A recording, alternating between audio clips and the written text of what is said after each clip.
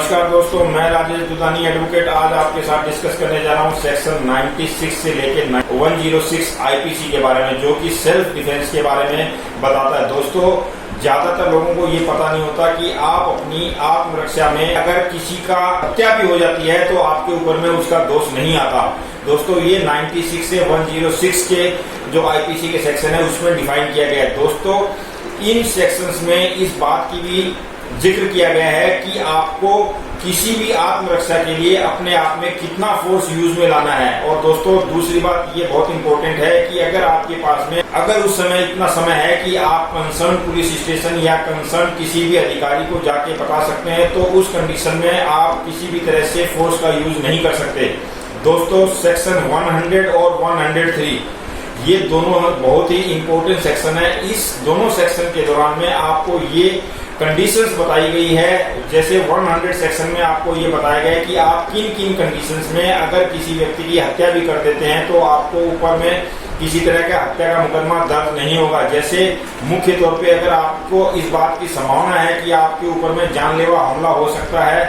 या आपको इस बात की संभावना है कि आपके ऊपर इस तरह से फोर्स किया जा सकता है कि आपकी मृत्यु पारित हो सकती है, या फिर किसी तरह से आपके ऊपर में एसिड का अटैक अगर कोई सामने वाला करने वाला है, और अगर महिला का केस है तो अगर कोई व्यक्ति रेप करने का कोशिश कर रहा है या फिर अननेचुरल सेक्स की कोशिश कर रहा है, तो दोस्तों इस तरह की कंडीशंस में अगर आप अपनी आत्मरक्षा के लिए किसी के ऊपर में क्या तक भी करते हैं तो आपके ऊपर में उसका दोष नहीं लगता। लेकिन साथ साथ दोस्तों, इन सेक्शंस में ये भी बताया गया है कि आपको उस दौरान में कब से कब तक हमला करना है, यानी कितने देर तक आपका जो है समय है और आपको कितने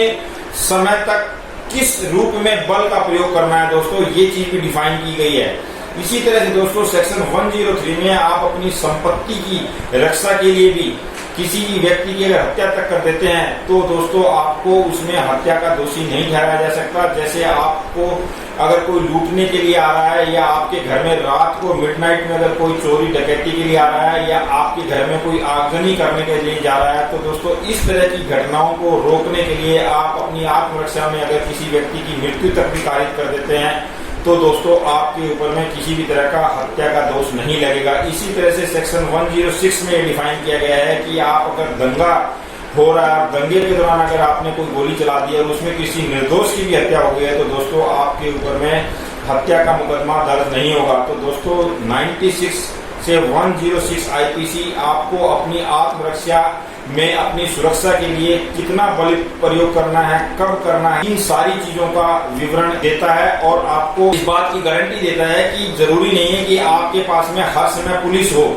पुलिस की प्रोटेक्शन आपको जरूरी नहीं हर समय मिले। तो इसलिए ये कानून विश्व के हर देश में जो है सिविलियंस के लिए, यानी जो सिटीजन्स होते हैं, उनको प्रोवाइड कराया गया है ताकि वो अपनी आत्मरक्षा या अपनी सुरक्षा कर सकें। तो इसमें मैं एक चीज आपको बताना चाहूंगा कि अगर कोई सरकारी कर्मचारी यानी पब्लिक सर्वेंट अपनी ड्यूटी के दौरान में अपनी ड्यूटी निभा रहा है और आप अगर उसके ऊपर हमला करते हैं, चाहे वो किसी भी तरह की ड्यूटी निभा रहा है, तो दोस्तों फिर आप अपनी सेल्फ डिफेंस का जो आपका जो अधिकार है वो उसका यूज में नहीं ले सकते, क्योंकि वो व्यक्ति सरकार द्वारा अपनी ड्यूटी के लिए वहां पे आया है। तो वहां पर अगर आप उसके साथ में अपनी आत्मरक्षा के नाम पर अगर हमला करते हैं तो वो इसमें आत्मरक्षा या सेल्फ डिफेंस में नहीं आएगा। तो ये एक जानकारी विशेष रूप से करने वाली है कि किसी भी पब्लिक सर्वेंट के लिए ये आत्मरक्षा वाला कानून लागू नहीं होता। तो दोस्तों, इस तरह से ये सेल्फ डिफेंस के बारे में डिस्कशन था। अगले वीडियो में फिर किसी नए टॉपिक के साथ में मिलेंगे। मेरा ये वीडियो अगर अच्छा लगा हो तो लाइक और सब्सक्राइब करना ना भूलें और शेयर भी जरूर करें। नमस्कार।